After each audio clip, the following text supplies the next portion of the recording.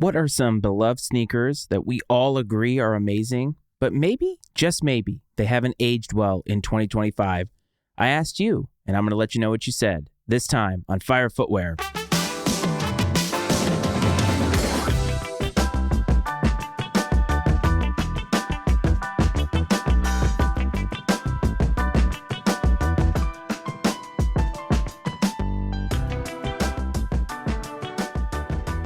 Welcome back to Fire Footwear, everybody. As always, this is your host, Matt Frates, and I hope that this finds you well. I want to thank you all for tuning in once again.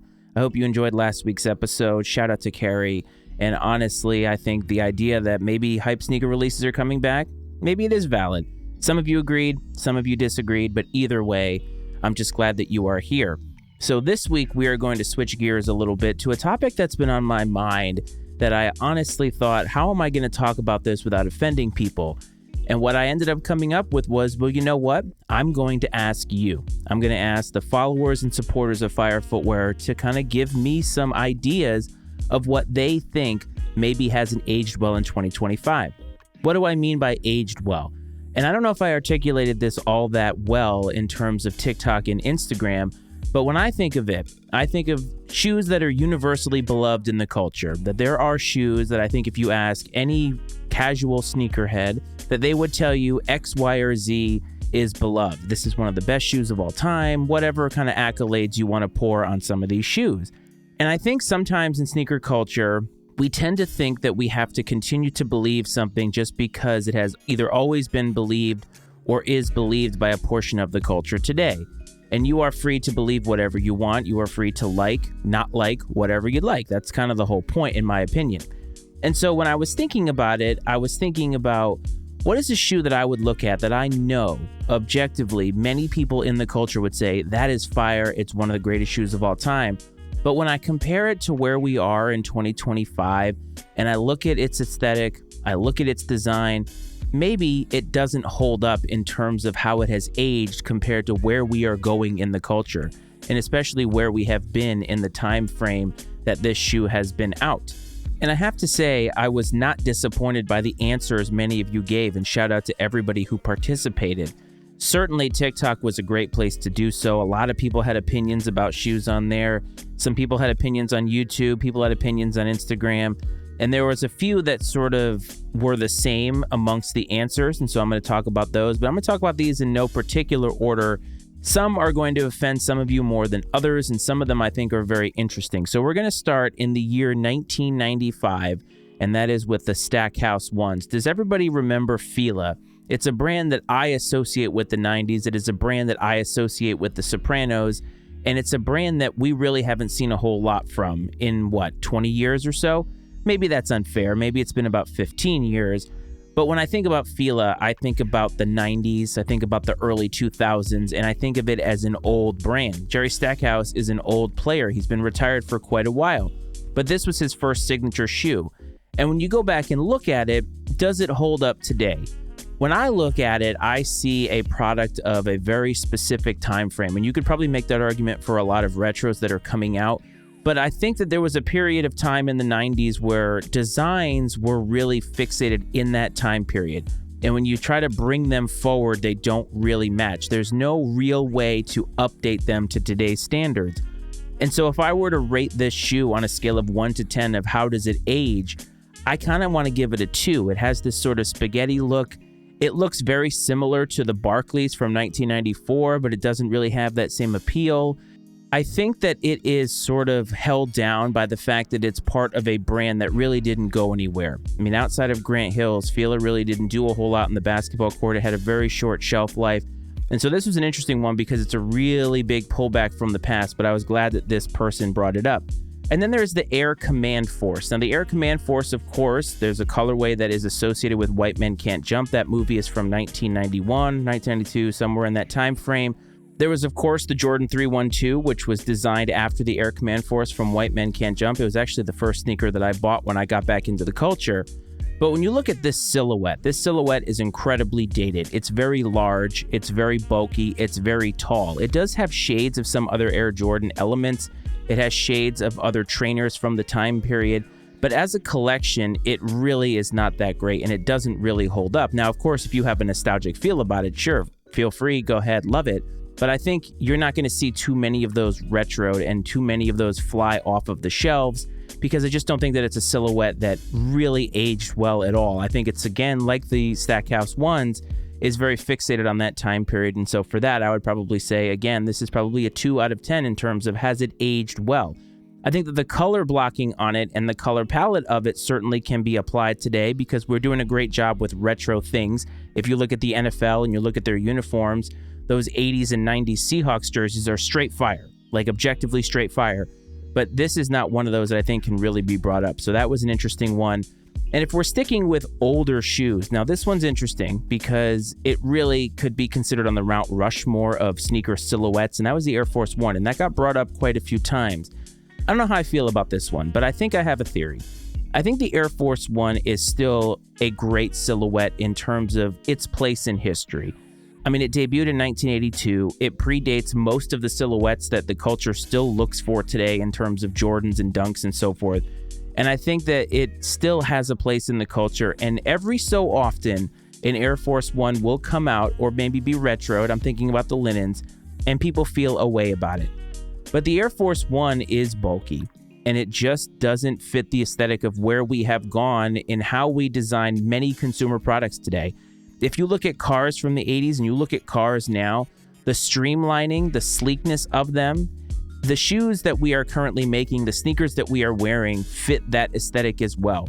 And the Air Force One, while it will always be a classic, I do agree with the fact that it hasn't aged as well as many people think. You don't see a lot of Air Force Ones in the culture. You see a lot of younger people beating them up. The crisp white Air Force One, in my opinion, has been replaced by a shoe, and I believe that that is the GR Dunk. When I say the GR Dunk, I think of white mixed with other color, panda, things like that. I think that that is more akin to the crisp white Air Force One, because so many of those dunks are so accessible. The Panda Dunk is now accessible everywhere, and you can even get it at a discount if you're looking for it. That's a shoe that goes with everything. And it's a shoe that I think is easier to have in your collection and style with so many different fits. And I just think the Air Force One has sort of aged out of that. Now, no shade if you love the Air Force One. I still have some Air Force Ones in my collection, but I don't wear them as often as other things. So I think if we're looking at aging, if we're trying to give a rating to that, I would say it's probably 5 out of 10 in terms of aged well, because it's always going to have a place. It just maybe has been replaced by other silhouettes. If we go back into the 90s, another silhouette that came up that kind of brings up a more general category, but that's the Foamposite. The Foamposite is still a shoe that you see released today.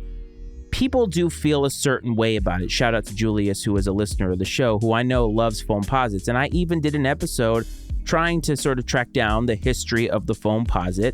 And people do feel a way about it. So much so that the Galaxy Foamposites, one of the most infamous sneaker releases of all time, are going to be releasing in February. People feel that way. The Paranormans. There are a lot of great Foamposites. But that shoe is bulky. And that shoe, again, goes back to a time period and a player in Penny Hardaway that has really faded out of young people's minds. Penny Hardaway is a college basketball coach. Mike Bibby famously wore them in the national championship game. He has been long retired from the NBA. He's swole now, but he's been long retired. And the Foamposite does still get a shine. But when I look at the Foamposite, I do think that it is limited by today's standards in terms of design. Wale obviously did a great Foamposite with the DMV Foamposite, and I did put that in my Sneaker of the Year discussion. It was objectively great. But I can understand people feeling that the silhouette of the Foamposite hasn't really aged well, because it is definitely something that gives you 90s vibes. But I think people still love it, and I think that there is always going to be an audience for it. I just think that as we get further along, in 10 years, the people who still like the Foamposite maybe aren't going to be around. And the people that are coming up behind us are probably not going to like the Foamposite. I can tell you that that episode got a lot of hate because people said the Foamposite is the ugliest shoe that I've ever seen. And these are younger people. So, how do I feel about the Foamposite? Well, I think the Foamposite is kind of in the same realm as the Air Force One. It's a 5 out of 10, mainly because there is still an audience for it. But in 2025, when things have become sleeker, things have become smaller, In some ways, it maybe hasn't caught up to everything. But I mean, hey, New Balance, the dad shoe era, I mean, there were bulky shoes that still came out, but they had a finite shelf life. And I think the Foamposite, though, still has a lot of fire in it. And so in that regard, I don't think it quite gets up to the standard of it doesn't look good in 2025. And if we're going to stick with bulky shoes, this is one that was submitted to me that I had been thinking about in my mind, but I knew that it was going to be controversial.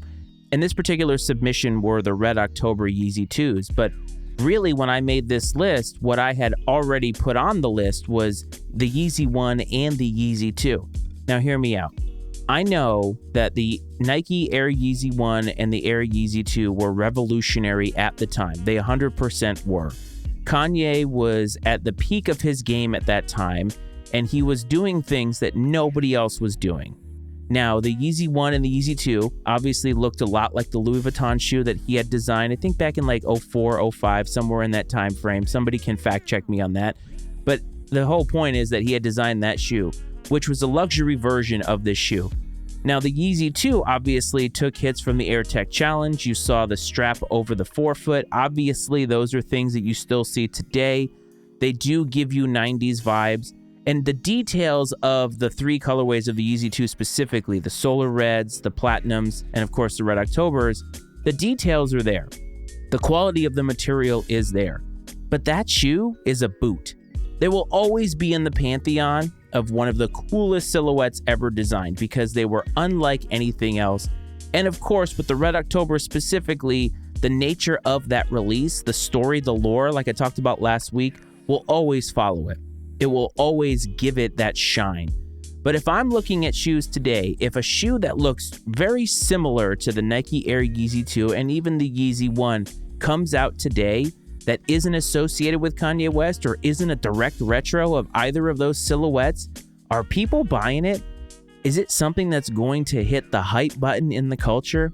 I really don't think so. And while I know they're beloved, and I know a lot of people are going to hate this, I do feel like it's a 3 out of 10 because it just doesn't fit today. And I just don't think that if a shoe like that, without any of the hype associated with it, came out today, that people would feel a way about it. And I hate saying that because Kanye West has obviously done a ton of work in sneakers. He has made a huge indelible mark on sneakers, no doubt. But that particular shoe just really hasn't aged well. And in that same realm, I had a lot of people bring up Yeezys in general, but there were two silhouettes that people brought up. One of them, the Quantum, which was a basketball shoe. It was a very limited run. They didn't have a lot of colorways of it. It never really made a mark. So we're going to take that out of the equation. If you love that shoe, go love that shoe. It is out of this discussion. But the one that I actually had on my list that was submitted to me as well was the Yeezy 350. Now, this particular supporter put the V1, but I think the V2 falls into that category as well. The Yeezy 350 had such a high in this culture that it had so many colorways come out, and they sold out. But when you look at it today, it looks like a glorified slipper. I don't see many people wearing Yeezys in terms of the 350s out. I do see some of them, but of course they're Yeezy 350s that people have owned for a while, and they're a very specific aesthetic in terms of how you're styling it. For instance, if I were to go into the office that I work, I would not wear a pair of Yeezy 350s, but I might wear a nice pair of Jordan 1s. I might wear a pair of Dunks, something like that that could fit the aesthetic that I was going for in terms of what is appropriate for my office place. I'm not sure I could pull that off with a Yeezy 350. I think a lot of people bought so many 350s, and I can tell you that from personal experience, the Yeezy 350s that I have, I almost never wear. It's really difficult for me as a bigger person to wear them. But I know a lot of people who have set aside their 350s because they need to sell them because they just haven't aged well in their mind. And that, to me, is an indicator that the 350, while at the time, again, much like the Yeezy 2 and Yeezy 1, were revolutionary. The Yeezy 350 was revolutionary. The Turtle Doves, the Pirates, like any of the ones that you want to name, all of them were great. But I think in 2025, almost a decade later, I don't think that they live up. I don't think that they age well. And again, it doesn't mean that they weren't great at the time. And it doesn't mean that the ones that you have aren't great. It just means that when you think about it in terms of how things age, are we going to be looking at the Yeezy 350 in 20 years the way we look at the Jordan 1, the way we look at the Dunk? I don't know. I don't think it's going to stand that test of time. And again, this is really difficult because it's a hot take. But I think that that also sits in the 3-4 out of 10 category because I just think that you don't see them very often anymore. I think that they are fading away from the minds of the culture. That could be due to the fact that Kanye really isn't doing anything anymore. But I just think that it was a moment in time where it was so different that it captured the aura of the culture. But now, when history tells its story, I'm not sure that that story is going to be, this is a classic, an objective classic. I just don't think it will. So the Yeezy 350, whoever suggested that, you knew it was going to be hot, and it was hot. There's a couple more I want to go over. So we had another supporter who put the React 87. Now, the React 87 made me laugh because it was one that I had considered but sort of had as like an outside looking in. And this one is basically lightning in a bottle. Like if you were to say, what is a good example in sneakers of lightning in a bottle? That might be it. The React 87 came out and boy, it was different than anything else. And it was so hot for the longest time. People had to have it, especially that first colorway. And I swear within a calendar year, it was gone. They were in the outlets. They were easy to get and people just forgot about them. I don't know what it was about this shoe, but if you look at it today, it looks ridiculous. Like it really does look ridiculous. And it was an attempt at innovation. It was an attempt at making something different. And they certainly did that. But now in 2025, nobody remembers it really outside of the person who obviously suggested it. But you don't see them on the streets. You don't see them in the culture. You don't see them re-released or retro. No, it's something that was so hot for such a small period of time. And I think we all came to our senses very quickly and said no. Another one that really hit close to home, and there's one more after this, but another one that hit close to home for me, somebody did say all of the Sacai shoes. Now, this one is fascinating because when I saw this one, this is not one that I actually had on my list, like I did a preliminary list. So I went down to my collection and I got the blue multi-colorway, which is the one that I own, and I looked at it. And I was reminded of, I believe it was the 2019 NFL draft, and I think it was Marcus Mariota walking out on stage with these shoes they had not released yet. It was like nothing I had ever seen. And I looked at them and I thought, I have to have those. I love the history behind it. I love the fact that they put two silhouettes on top of each other. Obviously the waffle outsole, the true waffle outsole, of course the LDV, and all of it was designed in a way that it looked different. I love the fact that there were multiple swooshes. It was a very unique looking shoe, but the silhouette of it, especially the first ones, really was something you could wear with a lot of different things. I love wearing them with shorts, for instance. But then all of a sudden, Sacai started coming out with so many different silhouettes. And at some point in time, they kind of jumped the shark. At some point in time, it became oversaturated. And when you look at Sacai's now, when's the last time we saw a Sacai release at all in terms of this particular design? I don't think there's been one in quite a while. Maybe it has been a few years. I think the Cortez series was maybe the last one that they went through, but even that was kind of forgettable. And so how do I feel about the Sacai's? Again, this is tough because I love that shoe a lot. I love that colorway a lot. But if I'm being perfectly honest, and I'm being honest about where that shoe falls in my rotation, I definitely don't wear it as much as I thought that I would. And so I think it kind of sits in that, 4, 5, 6 range in terms of aging, because I just think that the design, again, was great. It has a huge nod to history. And if you're into that stuff, man, bless you. I love that stuff too.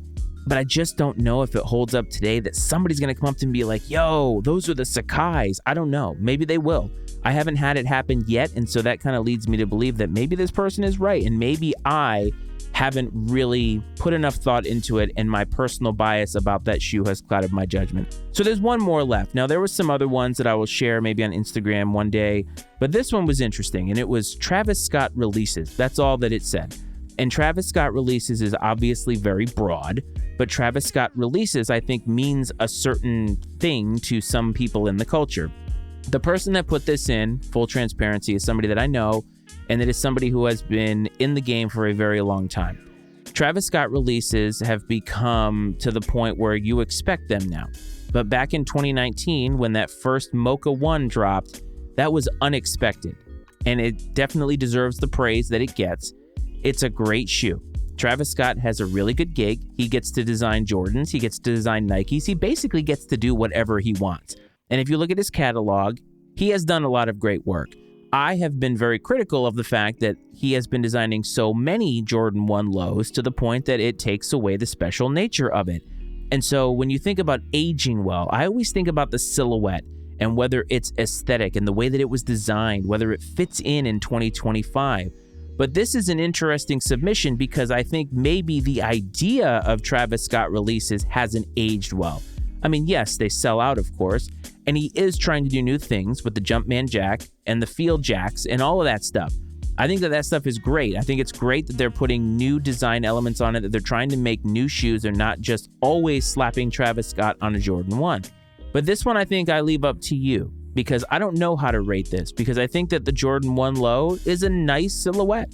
I think that if you have a Jordan 1 low in any Travis colorway, I think you're good to go. Do I think we need to continue to put out 2 or 3 a year? No. Do I think we need Travis to be designing shoes forever? No. But it is what it is. He sells merchandise, and that's really what Nike is about. So I'd love to know how you feel about any of these shoes. I would obviously love to know if there are any submissions that you would like to put in. Of course, you can call the Fire Footwear hotline, area code 202-643-9170. You can find that in the show notes. Of course, like I said last week, I know that I hate kind of asking for this support, but we are so close to our goals on YouTube. We're so close to our goals on TikTok. And if you could throw me a follow, at Fire Footwear Pod is the handle for both. Of course, if you're on YouTube, Fire Footwear Sneakers Talk is what you would search. Like I said, the support that I get for this show, I'm amazed that anybody listens to it at all, the way that it started on a TV tray with a $10 microphone. And here we are on YouTube doing different videos. I'm having so much fun doing this content. And ratings, reviews, subscriptions on the podcast, wherever it is you listen, all of that matters and all of that helps this track. All of that helps it get found. And it means a lot to me when people put in reviews. I did get a really, really nice review from across the pond in England, so I thank you for that. And I thank everybody who has supported the show. It means a lot. But if you could just do me that solid, subscribe, like, review, all that stuff, it means a lot to me. Fam, I hope this finds you well. I hope this finds you safe. And as always, I will talk to you next week with another great topic. This is Fire Footwear.